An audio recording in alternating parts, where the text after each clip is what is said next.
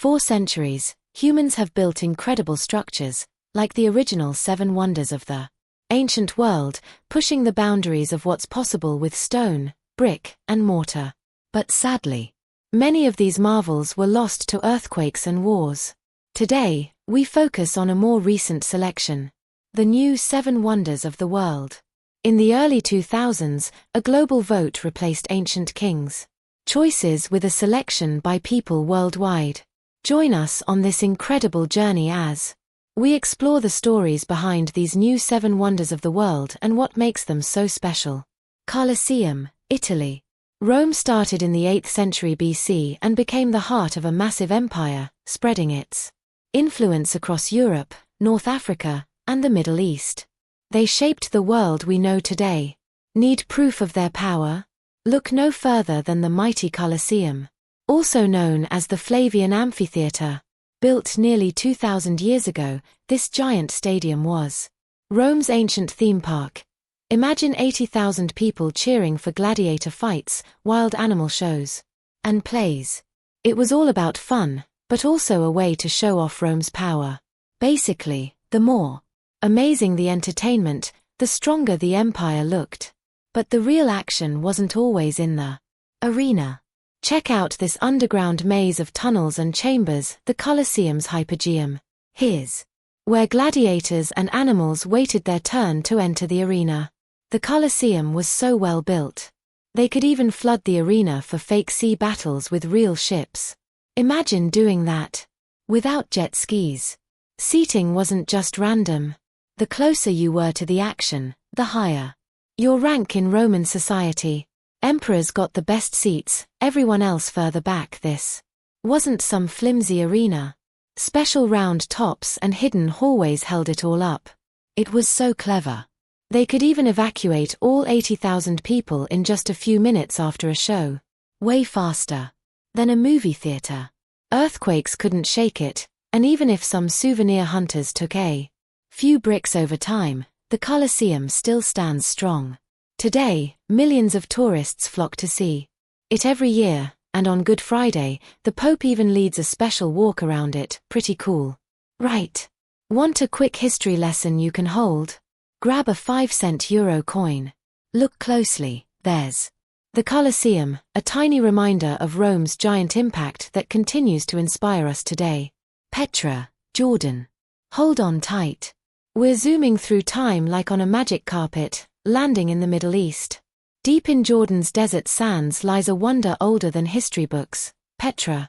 A city carved right into the rock itself, more than 2,000 years ago. Unlike any other city, Petra wasn't constructed on the ground. A mysterious people called the Nabateans stared down the harsh desert and said, "Challenge accepted." They carved an entire city right out of the towering cliffs themselves.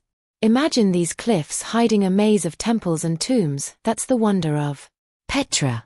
Our adventure starts by squeezing through a narrow passage called the Siq.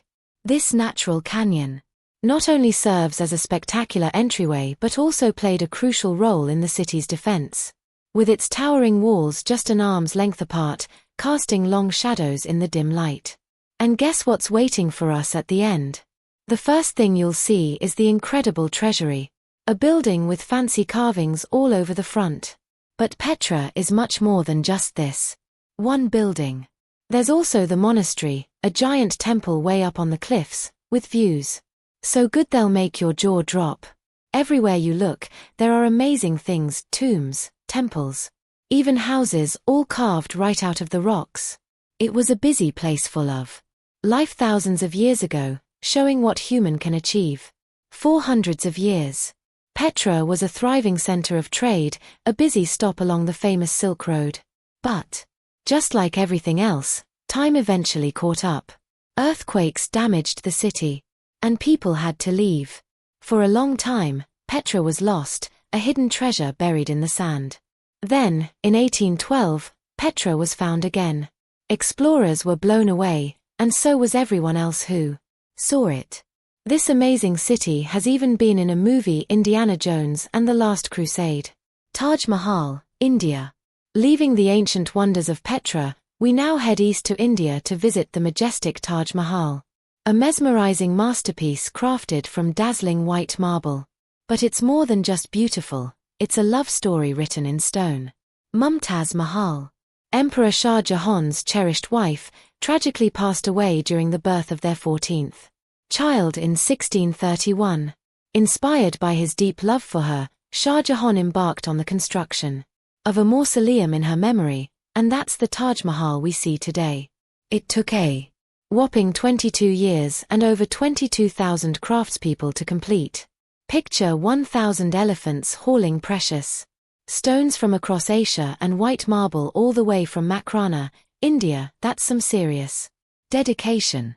Imagine the Taj Mahal like a giant, perfectly balanced building. That's what perfect symmetry means.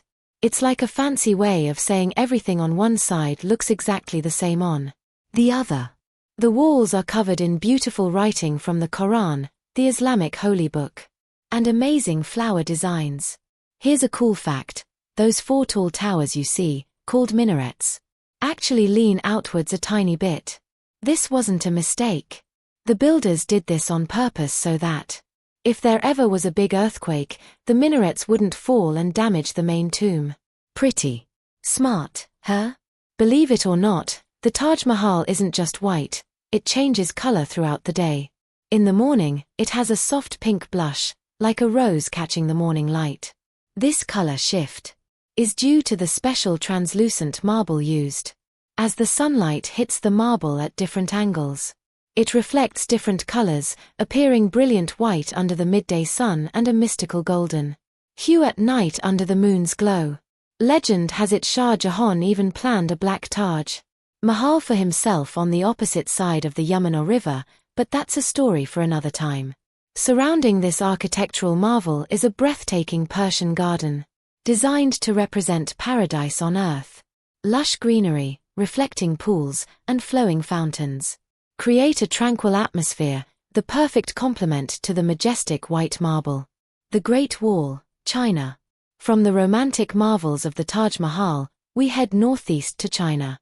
Forget everything you think you know about walls. The Great Wall of China isn't just a straight line of bricks. It's a giant, winding snake made of stone, stretching across China's rugged landscape. This isn't some quick weekend project. Construction began a mind-blowing 2,700 years ago. Way back in the 7th century BC.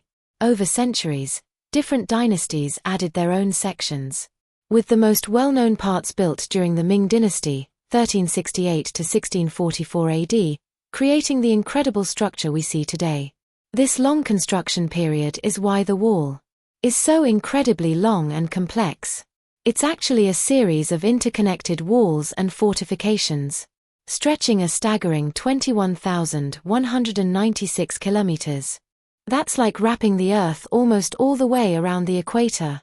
Sure, everyone knows the Great Wall was built to keep out invaders, but it had another hidden purpose. Think of it as a giant, ancient toll booth.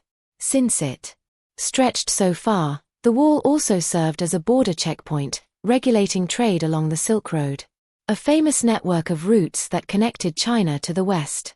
Imagine merchants paying a toll as they walked their camels laden with spices and silks.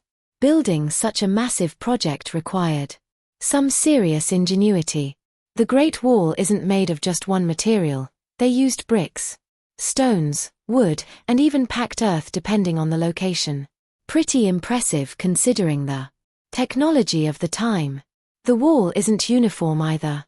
It can be wide enough for several horses or soldiers to walk side by side, and its height varies from 5 to 9 meters. Sadly, a project of this scale came at a cost. Many workers are believed to have died during construction, and some stories even say they're buried within the wall itself.